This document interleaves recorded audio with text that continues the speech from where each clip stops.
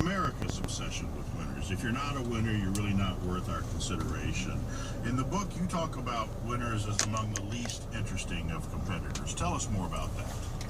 You know, a star rider in the Tour de France is looked after by a team of 8 other riders, and, you know, they will fetch his water bottles, they will protect him from the wind, they will pace him up the climbs, they will stop other teams from attacking so that he doesn't waste his energy.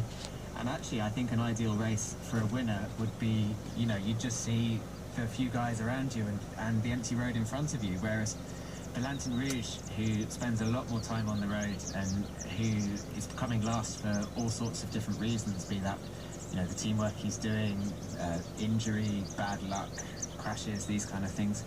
You know, I think he sees a lot more of the race, and there's a lot of rich stories there to tell. So I'm, early in your book, and I've begun to think as the Lanterne Rouge is among the most noble of riders, someone who rides not for the chance of glory or money, but for the sport itself, until I start to read further and learn that Lanterne Rouge winners were sometimes making as much money as the winners, and the scheming to be last was just as intense.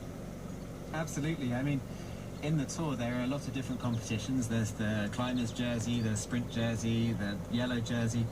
And the Lanterne Rouge, although it was never an official classification, it was always a fan's favourite. It was the kind of the name the fans gave to the last guy in the Tour. And he became so popular, in fact, that the Lanterne Rouge would get invited many years to the races after the Tour, which took place all around France and Belgium and Holland.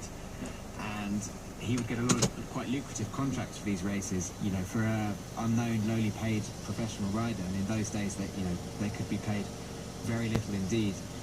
It could be very, very worthwhile for this guy to come last and, you know, make double his salary in a couple of weeks. So people would hide behind cars, they'd hide behind bridges, they'd do all sorts of things just to lose a few seconds and they'd take last place. Sleeping in barns. Who were some of your favorite Lanterne Rouge riders?